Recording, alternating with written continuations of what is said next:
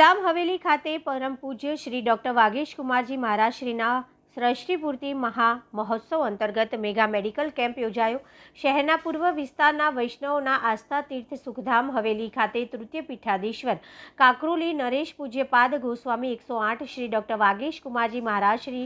અબોલ પશુ પ્રેમી કાકરોલી યુવરાજ પૂજ્ય શ્રી વેદાંત કુમારજી મહોદયશ્રીના સાનિધ્યમાં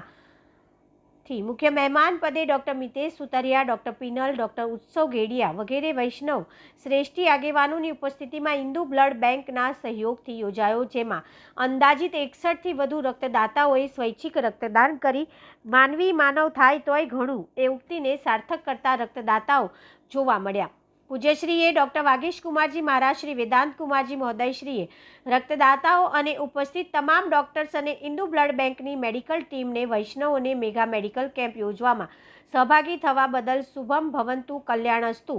एम शुभ आशीर्वाद प्रदान कर्या हता। राम मंदिर के प्रांगण में ब्लड कैंप का आयोजन हुआ है। आप सभी से ये अनुरोध है कि इस शुभ कार्य में भाग लेकर और अपने आप को प्रकाशित करें।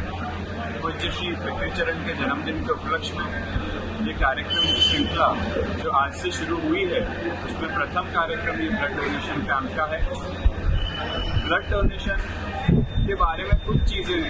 मैं बताना चाहता हूँ। अपन ये मानते हैं कि ब्लड डोनेट करने के बाद कमजोरी आती है, परंतु साइंटिफिकली जो एक्सपेरिमेंट्स हुए हैं उसके माध्यम से कुछ चीज़ें बताता हूँ कि ब्लड जब डोनेट करते हैं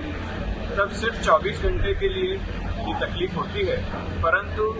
परस्पर भाव जो अपनी भारतीय संस्कृति में बताया जाता है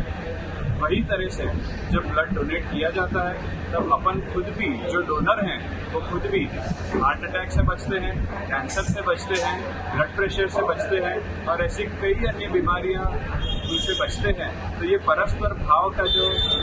भारतीय संविधान में, भारतीय संस्कृति में बताया गया है वही ये ब्लड डोनेशन कैंप में भी होता है। और मेरी आप सबसे यही अनुरोध है कि इस शुभ अवसर पर आएँ, अपना ब्लड डोनेट करें और अपने आप को देश की, जन की एवं प्रभु की सेवा में कृतार्थ